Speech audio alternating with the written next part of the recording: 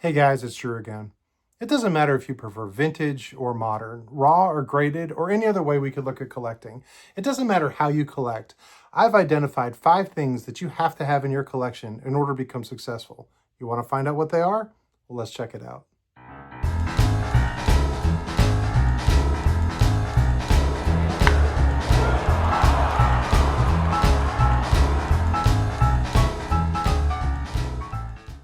I've never really discussed what I actually do for my occupation, and it doesn't really matter the company I work for or even the type of company it is. What I want to talk about as part of my job is I work with something called a work-based learning program. It's a program with a local high school where we partnered, and students will come in and they are hired on in the company. They come in and they work a job, sometimes after school, sometimes during school. And they are taught different types of things to be able to earn a paycheck and just be involved in the workforce. So part of my job is I'm a mentor to these kids.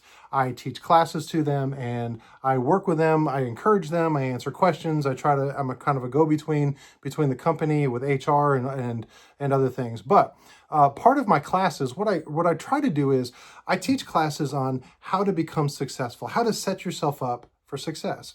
And I talk about that often with these students. And I thought, a lot of that and what I've taught and come up with is very applicable to the way I collect my baseball cards and my hobby. And I thought, what, this may be something that some of you might find interesting or maybe not. So what I do is I don't try to encourage or recruit people to, after they graduate high school, continue to work for the company. If they choose to, that's great. Some will move on to college, some will go on to trade schools, some will go on to the military, some will go on to other occupations, and some will stay. My point is to be successful in what I'm doing with these students is not to recruit them, like I said, but rather to equip them in order to become successful with whatever their plan for their life is after they graduate. So I've got 5 different things that I want to talk about. And these are the 5 haves that you have to have. And I kind of switched it around to collecting. Now, like I mentioned in my opening, it doesn't matter if you collect modern or vintage or graded or raw or whatever. If you're a set collector, a player collector, a type collector, a Hall of Fame collector, or whatever, it doesn't matter how you identify with what you want with your collection. There's 5 different things that I look at that I think are important to be able to build your collection successfully. So I'm going to kind of cross that over from my job into the collecting world and kind of get you guys to see what you think about it. So the first thing is you have to have a purpose. You've got to have a purpose. Why are you collecting? I know we like it and it's fun. Maybe it's a connection to baseball. Maybe it's a connection to football or whatever sport you pick. Maybe it's a connection to other people. Maybe it's a connection to your past, to history, to maybe your dad or grandfather or something you've done your whole life or just getting into. But it doesn't matter. But I feel it's important to identify what is your purpose. Why are you doing this? Because if you don't really know, if you just kind of do it to do it, you're going to end up losing heart. You're going to get frustrated. It becomes more of a task or a chore to get this done as opposed to just having a hobby. So find your purpose. Most of us already know, and that's probably the easy one. The second thing is you need to have a goal. What do you want? Has there ever been a car that you're like, oh man, I wish I could have that, but I'll never be able to afford it? We've all said that, but you know what? I don't think that's true. I don't think it's true for anybody with any card. But you have to have a goal. You have to know what you're going to look for. I mean, there's nothing wrong with going into a card shop or to a show and being like, oh, I think that's cool or whatever, and you pick up. But what happens is you end up accumulating a lot of stuff, and not always, sometimes, but not always, are we really happy with what we end up with. So to have a goal of what you want. So recently, I just picked this card up. I showed it in my video last week. This was a goal card for me. Not a grail card, but a goal card. This was not easy to get. This was not something I just had the money that I can just go and buy.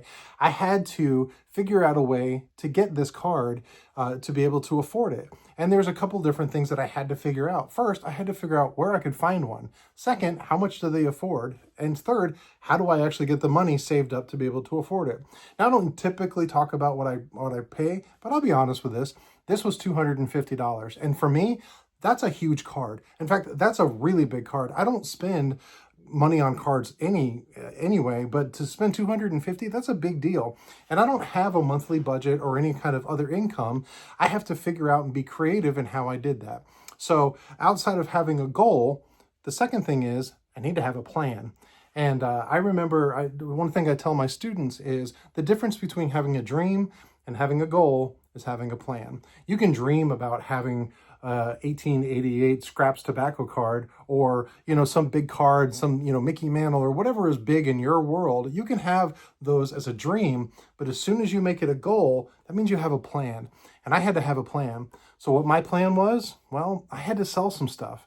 And what I sold was I took 42 different cards, all kind of beat up, all raw, not high dollar cards at all. They were $5, $10, $20 cards, 42 of them that I just had that I wasn't in love with. I had them over the years. Stuff like, say, a Jim Palmer. Nothing wrong with Jim Palmer. He's a great pitcher. But you know what? Do I really need that Jim Palmer that's got a crease in the corner? Am I in love with that card? Yeah, probably not. Other cards, a Goose Gossage that had a little writing on the back or whatever. Cards that aren't expensive. I took 42 of them and I took them and basically I traded those cards for this.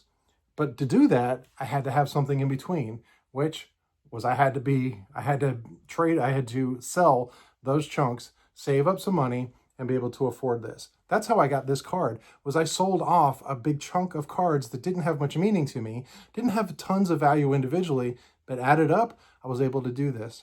I talked about this before years ago, and that's actually how I received this card. And this is still to this day, and I've had this card for, I don't know, 15, 18 years. I mean, a really long time I've had this card.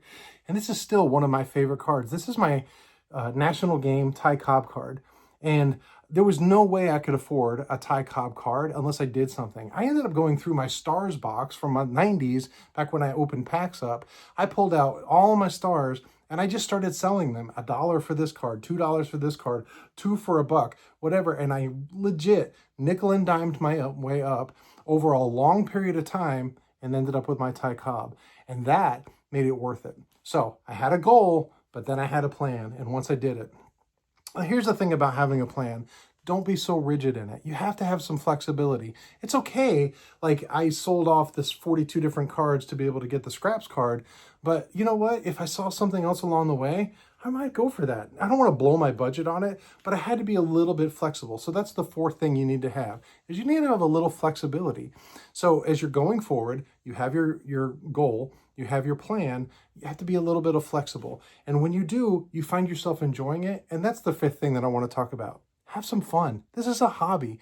I hear people get all upset and worried about things. Enjoy the cards, enjoy the process, enjoy the people, because 30, 40, 50, 60 years from now, if you're still alive and you still have your collection, if SGC ends in 3 years, it's going to be a blip in the radar in the past, but you still will know who Ty Cobb is, or you'll still have your scraps card or whatever cards that you're looking for. So have some fun. So those are the 5 things that I've identified that you need to have in this hobby in order to be successful. Have a purpose, have a goal, have a plan, have some flexibility, and just have some fun.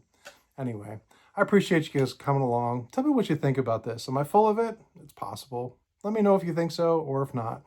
But until next time, you guys be good.